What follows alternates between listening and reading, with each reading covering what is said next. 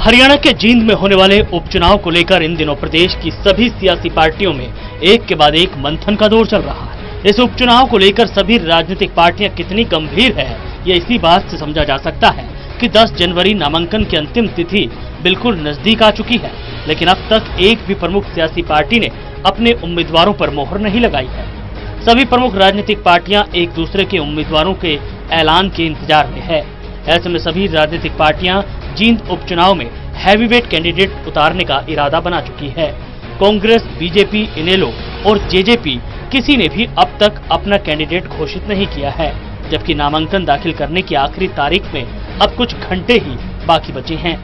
Nominations अभी तक तो कोई नहीं आया है और लेकिन उम्मीद है कि अगले 1-2 दिन के अंदर जरूर आते होंगे, क्योंकि लास्ट डेट ऑफ नॉमिनेशन है वो नज़दीक आती जा रही है। तो विभिन्न पॉलिटिकल पार्टीज या इंडिपेंडेंट कैंडिडेट्स जो भी विलिंग है वो अगले कुछ दिनों में जरूर नॉमिनेशन फाइल कर देंगे।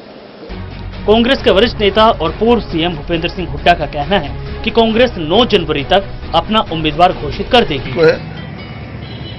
9 तारीख को फैसला होगा, 9 तारीख को फैसला होगा।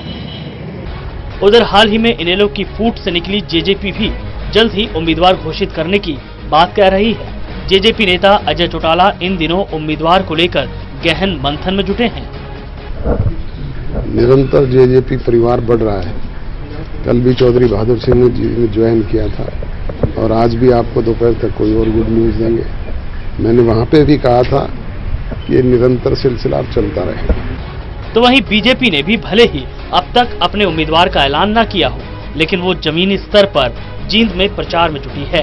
खट्टर सरकार में मंत्री विपुल गोयल ने अग्रवाल समाज के लोगों से मुलाकात कर जींद उपचुनाव में भाजपा को जीत दिलाने की अपील की, तो वहीं मीडिया के सामने जीत का दावा भी ठोका।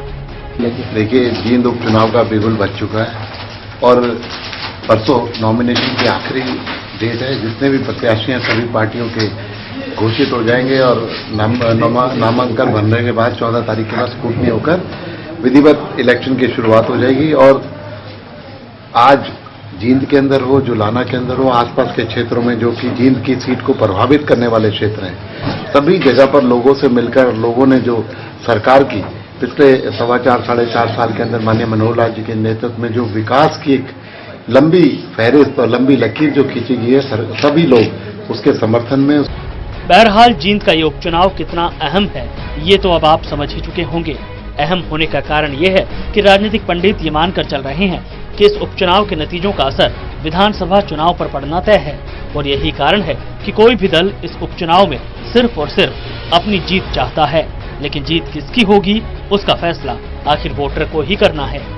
सिरसा से सतनाम सिंह के साथ रमेश सिंह रोहा, टोटल न्यूज, जींद।